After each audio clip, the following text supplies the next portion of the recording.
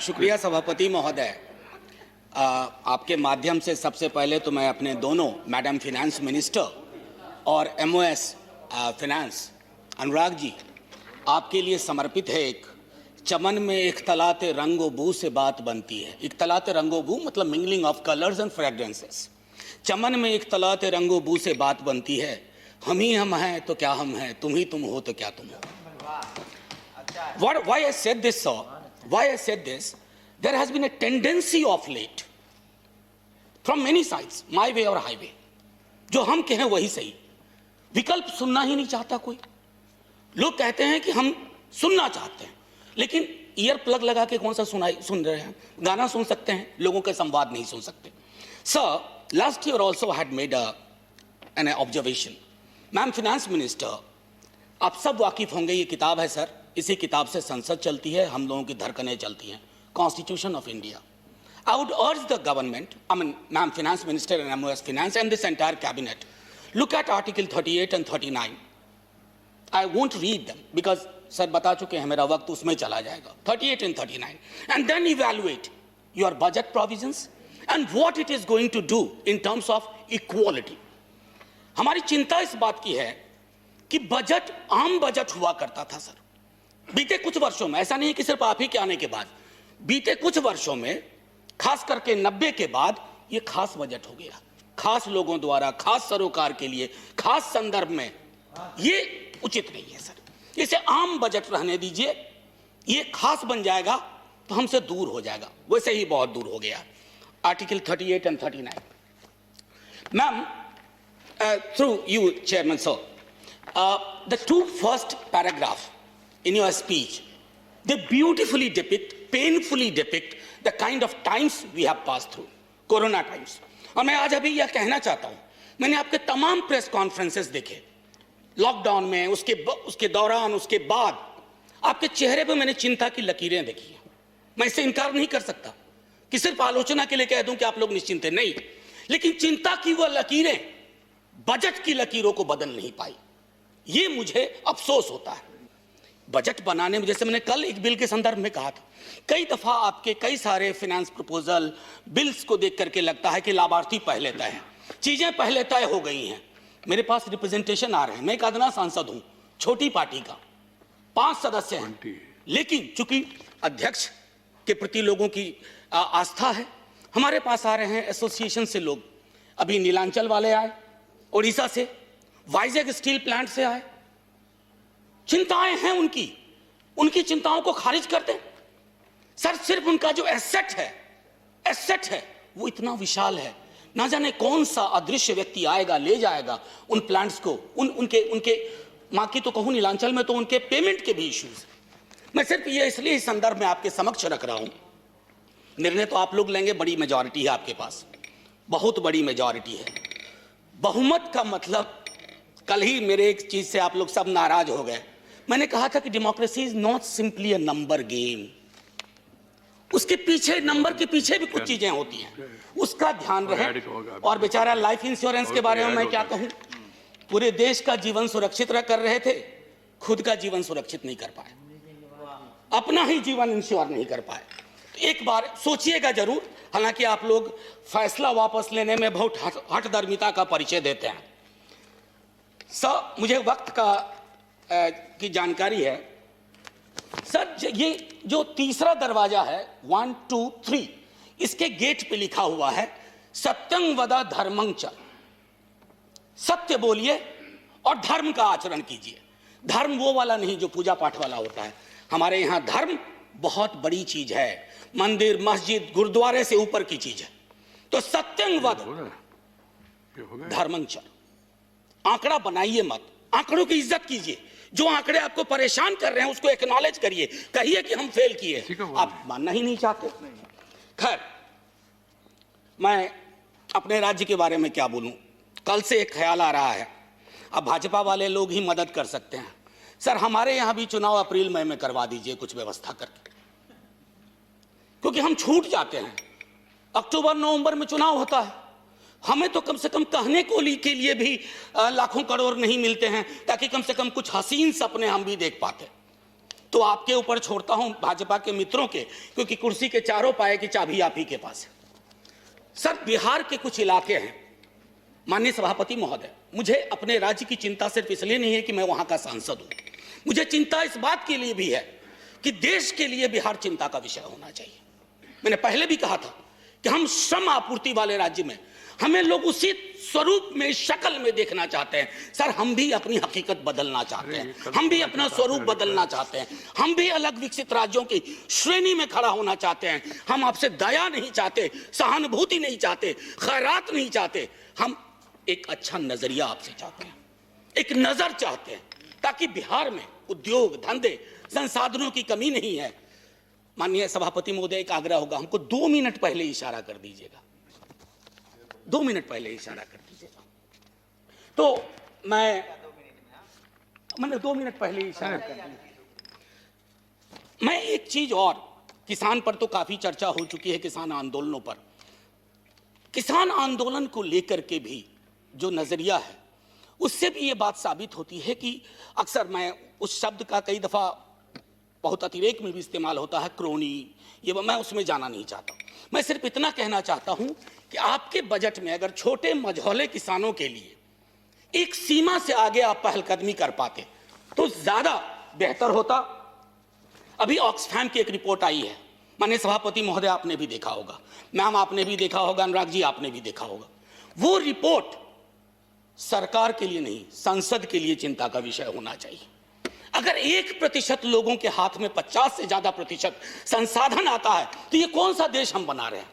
अरे तालियां बजेंगी, मीडिया में बड़ी तारीफें होंगी, लेकिन मैं बार बार दोहराता हूं, इतिहास इन तालियों और वाहवाही को गुम कर देता है, डस्टबिन ऑफ हिस्ट्री में डाल देता है, कोई चर्चा भी नहीं करता।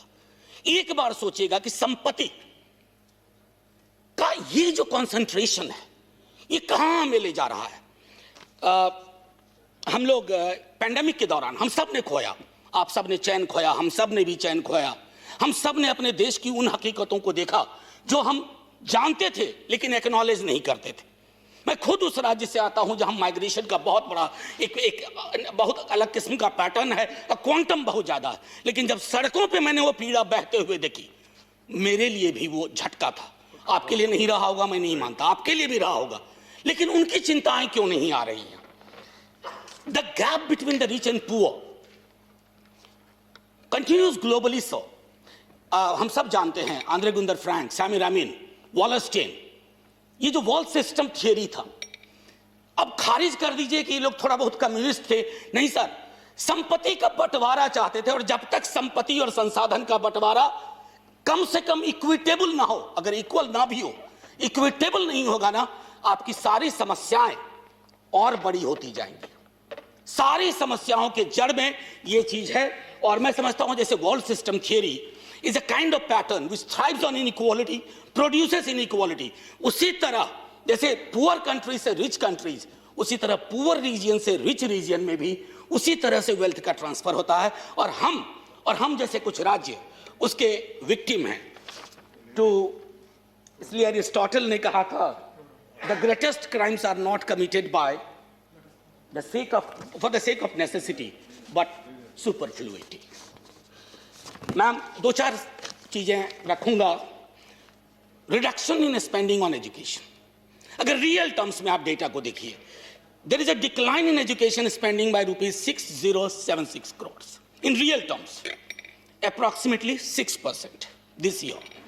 Both the school education and higher school education division have their budgets cut. Centrally sponsored scheme में स्कूल एजुकेशन और literacy 43,285 crores, which is less than 50,380 crores of the budget figure of past years. Ma'am आपके आंकड़े हैं, मैं आपके आंकड़ों को सिर्फ सामने रख करके बताना चाहता हूं। फिर इश्यूज ऑफ री इनरोलमेंट है, जिसके बारे में कई सर्वे रिपोर्ट आ चुकी हैं। सब डिजिटल डिवाइड, माननीय सभापति महोदय, इस पूरे कोरोना काल में एक्सेस टू टेक्नोलॉजी बहुत महत्वपूर्ण रहा। ऑनलाइन चीजें चल रही हैं, कई उस पर सर्वे आ चुके हैं कि इसने अवसर को लिमिट कर दिया है।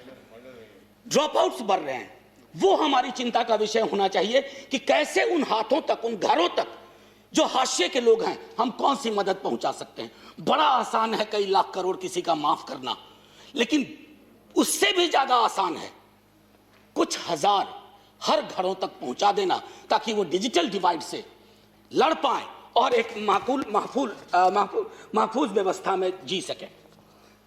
एक और महत्वपूर्ण चीज है कि शिक्षक नियुक्ति, और ये चिंता का विषय है। अभी माननीय शिक्षा मंत्री जी नहीं है, बड़ा एम्बिशियस सा प्लान लेके आए हैं एनईपी के माध्यम से, विश्व गुरु। अरे माननीय सभापति महोदय, अगर गुरु ही नहीं होगा तो विश्व गुरु हम कैसे बनेंगे? क्या नहीं जी? तो विश्व गुरु कैसे बनेंगे? चाहे उत्तर प्रदेश का मामला हो, मेरे राज्य का शिक्षा प्रेरक, अतिथि अनुदेशक, शिक्षकों की नियुक्ति, मैं समझता हूं 17% का अभी भी गैप। वहां आपको एक प्रोएक्टिव इनिशिएटिव लेना होगा। माननीय वित्त मंत्री साहिबा, मैं सिर्फ इतना कहना चाहता था, जिससे मनरेगा को लेकर के मेरे सारे साथी कह चुके हैं। मनरेगा को उस सदन में मॉन्यूमेंटल फेलियर कहा गया था। दिल पे हाथ रख के आप सोचिए कि मनरेगा अगर ना हुआ होता तो कोरोना काल में क्या हुआ होता। मनरेगा ने सांसें थाम ली, लोगों की भी और आपकी भी। मनरेगा को लेकर के मेरा मानना है कि आपका एलोकेशन को please revisit. Number 1, number of days को एनहांस करने पर सोचिए, मैन डेज, वर्किंग डेज, और जो कई राज्यों में वो मिनिमम वेज से नीचे है, उसके लिए मैं समझता हूं कंसल्टेशन करके भी संभव हो तो उसको किया जाए। पब्लिक डिस्ट्रीब्यूशन सिस्टम के बारे में मैं कहना चाहता था कि फूड सिक्योरिटी का मसला भी इससे जुड़ा हुआ है। मैंने सिर्फ सोशल सेक्टर की चीजें ली हैं मैम फिनेंस मिनिस्टर, क्योंकि मैं आंकड़ों में उलझना नहीं चाहता था। कई लोग आंकड़ों पर बात करते हैं, मैं आंकड़ों के पीछे जो आंखें हैं, जो आंसुओं से तर हैं, नम हैं, उनके बारे में आपके समक्ष रखना चाहता था। और इस आग्रह के साथ माननीय फाइनेंस मिनिस्टर सर, रेलवे के बारे में एक चीज कह करके फिर अपनी बात खत्म करूंगा।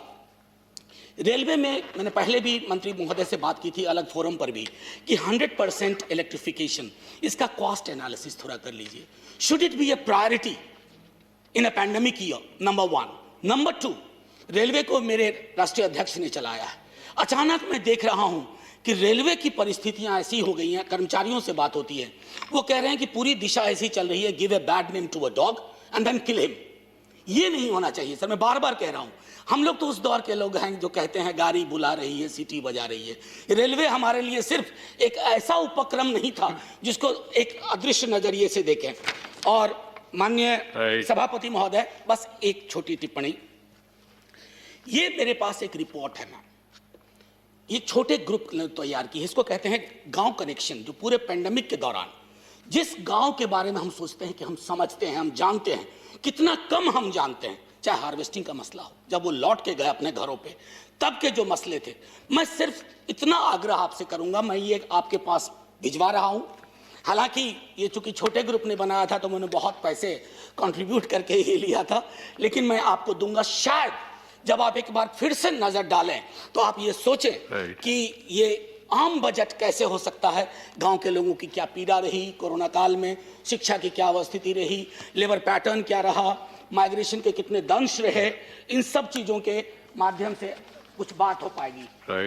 बस सर, आखिरी जय हिंद कर लेने दीजिए सर। बस एक छोटी टिप्पणी, संसद में जब ये बजट पे बात होती है तो सिर्फ पार्टीजन तरीके से नहीं होती। मैंने शुरू में ही कहा, मैं अपने दल की ओर से इस बजट को चाहता हूं कि ये आम आवाम का बजट हो। इस बजट में सिर्फ वैसी अदृश्य 5 ताकतों का जिक्र ना हो, मौजूदगी का जिक्र ना हो, जिनकी वजह से हम चिंतित हैं, और कभी भी श्रम को हमेशा पूंजी के समक्ष नतमस्तक कराया जाएगा, वो नहीं होना चाहिए सर। जय Hind sir, thank you so very much sir. अगर आपने अभी तक हमारा चैनल सब्सक्राइब नहीं किया है तो सब्सक्राइब करें और घंटी का बटन बिल्कुल भी दबाना ना भूलें, ताकि सभी लेटेस्ट खबरें पहुंच सकें आप पे सबसे पहले।